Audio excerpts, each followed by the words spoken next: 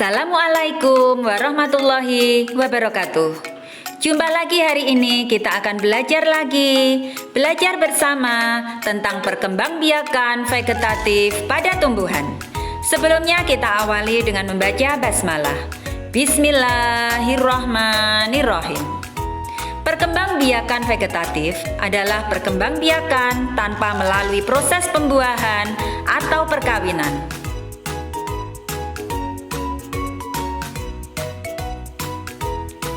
Ciri khas perkembangbiakan vegetatif adalah individu baru hasil keturunannya memiliki sifat mirip dengan induknya. Keturunannya berasal dari bagian tubuh induknya. Perkembangbiakan vegetatif pada tumbuhan dapat terjadi dengan dua cara. Yang pertama, perkembangbiakan vegetatif alami, yaitu perkembangbiakan tanpa melalui proses perkawinan yang terjadi secara alami atau dengan sendirinya. Yang kedua, perkembangbiakan vegetatif buatan, yaitu perkembangbiakan tanpa melalui proses perkawinan yang terjadi dengan bantuan manusia. Perkembangbiakan vegetatif alami dapat menggunakan spora, tunas, akar tinggal atau rizoma, geragih atau stolon, umbi batang, umbi akar, umbi lapis, dan tunas adventif. Kita akan mempelajari satu persatu. Yang pertama adalah spora. Fungsi spora mirip seperti biji. Spora dihasilkan oleh kotak spora yang disebut sporangium. Contoh tumbuhan yang menghasilkan spora adalah tumbuhan paku, lumut, dan jamur. Perhatikan contoh tanaman di bawah ini. Paku tanduk rusa, paku suplir. Tumbuhan paku memiliki sporangium atau kotak spora di bawah permukaan daunnya. Perhatikan bentukan berwarna coklat di bawah permukaan daun. Itu adalah kotak spora. Berikutnya, pada lumut. Spora lumut terdapat di ujung tanaman tumbuhan lumut. Selain lumut, juga terdapat pada jamur yang berada di permukaan tubuhnya.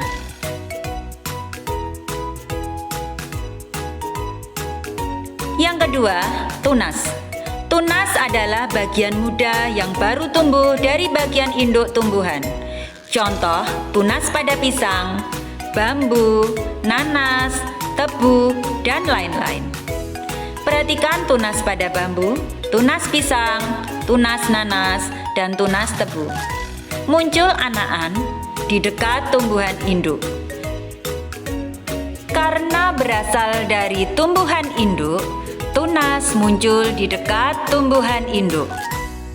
Sehingga setiap tunas tumbuh selalu berada di dekat tumbuhan induk. Akar tinggal atau rizoma. Akar tinggal atau rizoma merupakan batang yang tumbuh menjalar di dalam tanah. Ciri-ciri akar tinggal: 1. Bentuknya seperti akar tetapi berbuku-buku atau berruas-ruas dan terdapat kuncup atau calon tunas. Yang kedua, pada setiap buku atau ruas terdapat sisik yang berasal dari daun. Contoh, jahe, kunyit, lengkuas. Perhatikan contoh tanaman ini. Pada jahe, lengkuas, dan kunyit, ini merupakan akar tinggal. Geragih atau stolon. Geragih merupakan batang yang menjalar di atas permukaan tanah atau di dalam tanah. Contoh pada stroberi, rumput teki, pegagan, dan lain-lain. Pada stroberi, perhatikan batang yang berwarna merah, ini adalah geragih atau stolonnya. Kemudian pada pegagan, juga sama berada di atas permukaan tanah. Sedangkan pada rumput teki, geragih berada di bawah permukaan tanah.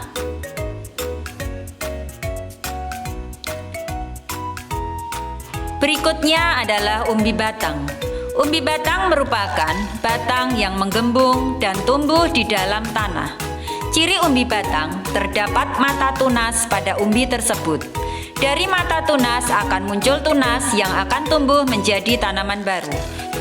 Contohnya pada kentang, ketela rambat atau ubi jalar, talas, dan lain-lain. Perhatikan umbi batang pada kentang, talas, dan ketela rambat. Di permukaan umbinya terdapat mata tunas. Itulah yang mencirikan umbi batang. Berikutnya adalah umbi akar. Umbi akar merupakan akar yang berfungsi menyimpan cadangan makanan. Umbi akar bukan merupakan alat perkembangbiakan. Contoh wortel dan ketela pohon atau ubi. Pada wortel terdapat tunas di pangkal umbi akar atau pangkal batang. Jika ditanam, tunas pada wortel akan tumbuh menjadi tumbuhan baru. Perhatikan contoh tanaman di bawah ini: ubi atau ketela pohon, lobak, wortel, bunga dahlia. Tanaman-tanaman di bawah ini bisa ditanam jika terdapat bagian pangkal batangnya. Sehingga kalau kalian misalkan menanam bagian umbi wortel bagian bawah, tidak akan tumbuh menjadi tanaman baru. Umbi lapis. Umbi lapis sebenarnya merupakan lapisan-lapisan daun yang mengelilingi batang. Dari dalam umbi lapis akan tumbuh tunas atau calon tumbuhan baru. Contoh bawang putih, bawang merah, bunga bakung, bunga tulip, dan lain-lain. Bawang merah, bawang putih, bunga tulip, bunga bakung. Perhatikan lapisan-lapisan pada bawang merah. Sebenarnya merupakan lapisan-lapisan dari daun.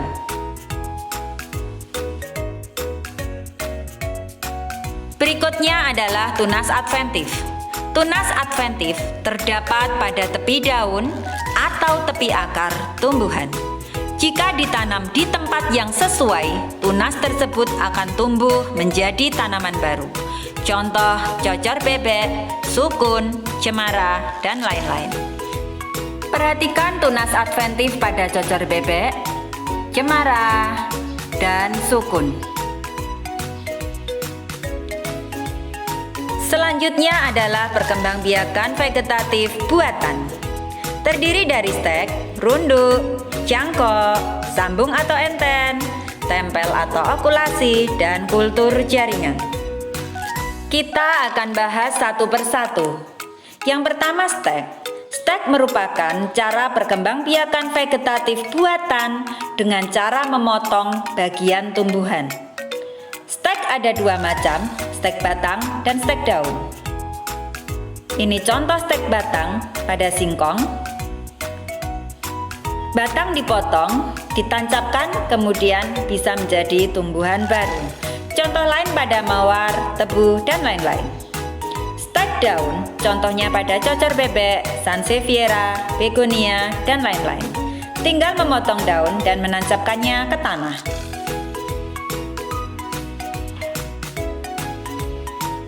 Yang kedua, runduk atau merunduk. Merunduk merupakan cara perkembangbiakan vegetatif buatan dengan cara merundukkan atau membenamkan bagian batang tumbuhan dalam tanah. Setelah beberapa lama dan muncul akar, bagian tersebut dipotong sehingga menjadi individu atau tumbuhan baru. Perhatikan cara menanam dengan merunduk. Misalkan pada stroberi, batang dibenamkan di dalam tanah, kemudian ditimbun, dan setelah tumbuh akar dipotong di bagian tengahnya sehingga menjadi tumbuhan baru.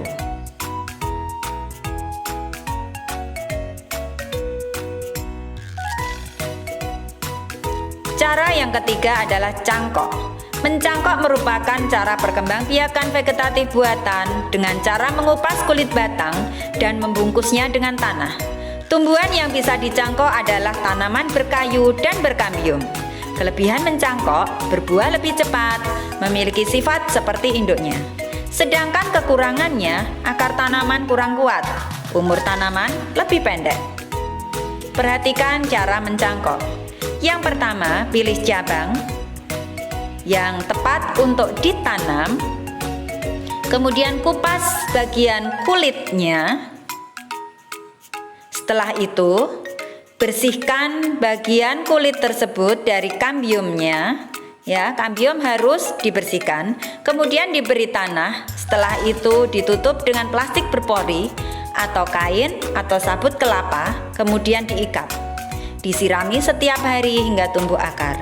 Setelah tumbuh akar, bisa dipotong dan ditanam. Perhatikan tanaman di bawah ini.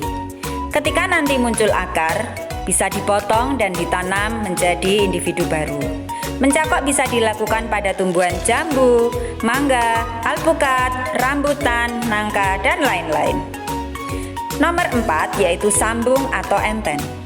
Menyambung adalah cara perkembangbiakan tanaman dengan menggabungkan dua batang tanaman yang sejenis.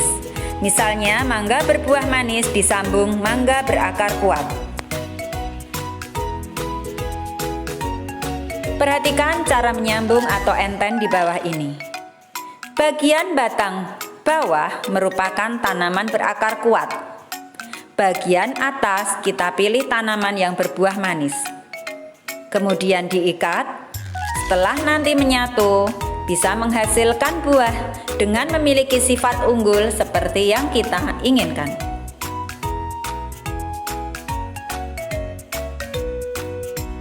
Yang kelima adalah tempel atau okulasi. Menempel atau okulasi adalah cara perkembangbiakan tanaman dengan menempelkan mata tunas suatu tanaman ke batang tanaman lain. Misal, mata tunas pohon mangga berbuah manis ditempel pada batang mangga berakar kuat. Perhatikan cara menempel atau okulasi. Yang pertama, kita buat potongan di bagian tanaman yang berakar kuat. Kemudian kita ambil mata tunas dari tumbuhan lain yang berbuah manis.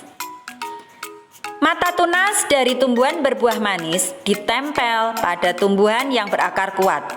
Setelah nanti mata tunas tumbuh, ikatan bisa dilepas. Dan kita akan mendapatkan tanaman bersifat unggul, berakar kuat, dan berbuah manis. Yang keenam adalah kultur jaringan. Kultur jaringan adalah suatu metode untuk mengisolasi bagian dari tanaman seperti sekelompok sel atau jaringan yang ditumbuhkan dalam kondisi aseptik atau steril, sehingga bagian tanaman tersebut dapat memperbanyak diri dan tumbuh menjadi tanaman lengkap kembali. Perhatikan contoh kultur jaringan pada wortel.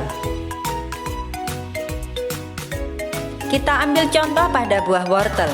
Wortel dibuat potongan, ambil bagian dalamnya, kemudian dimasukkan ke dalam cawan petri yang sudah berisi agar sebagai media tanam dari sel-sel wortel yang sudah diambil.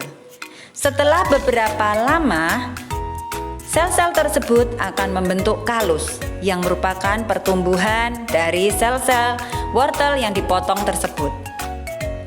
Kemudian ditunggu beberapa lama. Setelah itu, sel-sel kalus tersebut dipindahkan ke medium pertumbuhan. Di sini, akar akan tumbuh dalam waktu sekitar 4-8 minggu. Setelah tumbuh akar, bisa dipindahkan ke dalam medium tanah dan bisa tumbuh dewasa menjadi tanaman baru. Alhamdulillah, kita sudah belajar mengenai cara perkembangbiakan vegetatif pada tumbuhan. Selamat belajar, sehat selalu. Wassalamualaikum warahmatullahi wabarakatuh.